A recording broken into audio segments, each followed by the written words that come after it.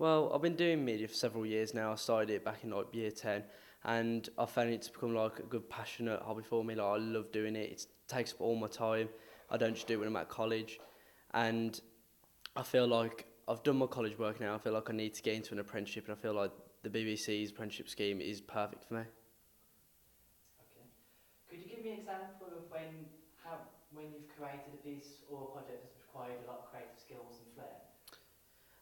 Well, I've done like multiple projects over the years now, but I'd say one of the best ones I've done was I did a short horror film called Vinctus, and uh, I had to do a lot of research. I had to make sure I got as much detail down as I could, so I can make it so it's not copying anything else, and I made sure I use all the codes and conventions that I could.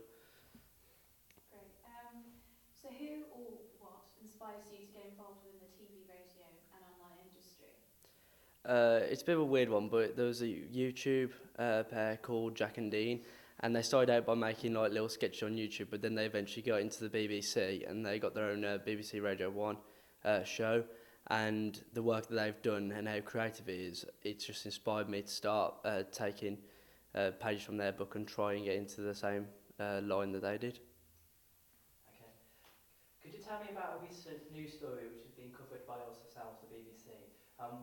Why did you stand out to you? Um, One of the most recent ones that stood out to me would be your cover of the Adam Johnson trial, because it's the amount of detail that's actually been put into it, the research that's obviously gone into it, and I feel like the cover that the BBC has done is mind-blowing. It's actually really interesting. Great. We are award winning.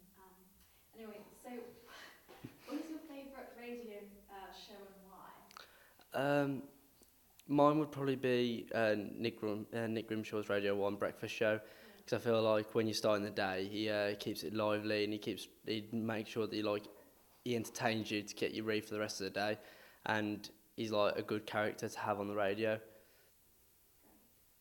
Okay. Could you talk to me about a specific BBC TV channel and the shows that have been broadcast? Do you believe there is any gaps or anything that we might be missing?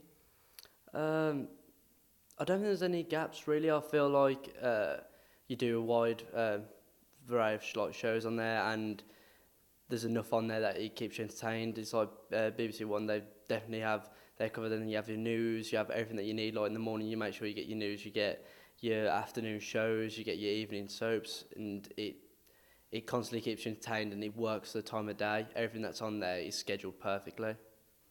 Thank you very much. It is, yeah. Where do you think the media industry is heading? Do you think it will dramatically change in 5 years or so? If so, how? I feel like the biggest change will be it will start moving more to online rather than TV based. I feel like everything's going to end up going up and taking the YouTube route or something like that, and it'll like BBC iPlayer is going to end up becoming a lot bigger, and I reckon that shows will start being broadcast on there rather than on TV, because the TV is slowly becoming slightly older and people are finding it easier to go online now.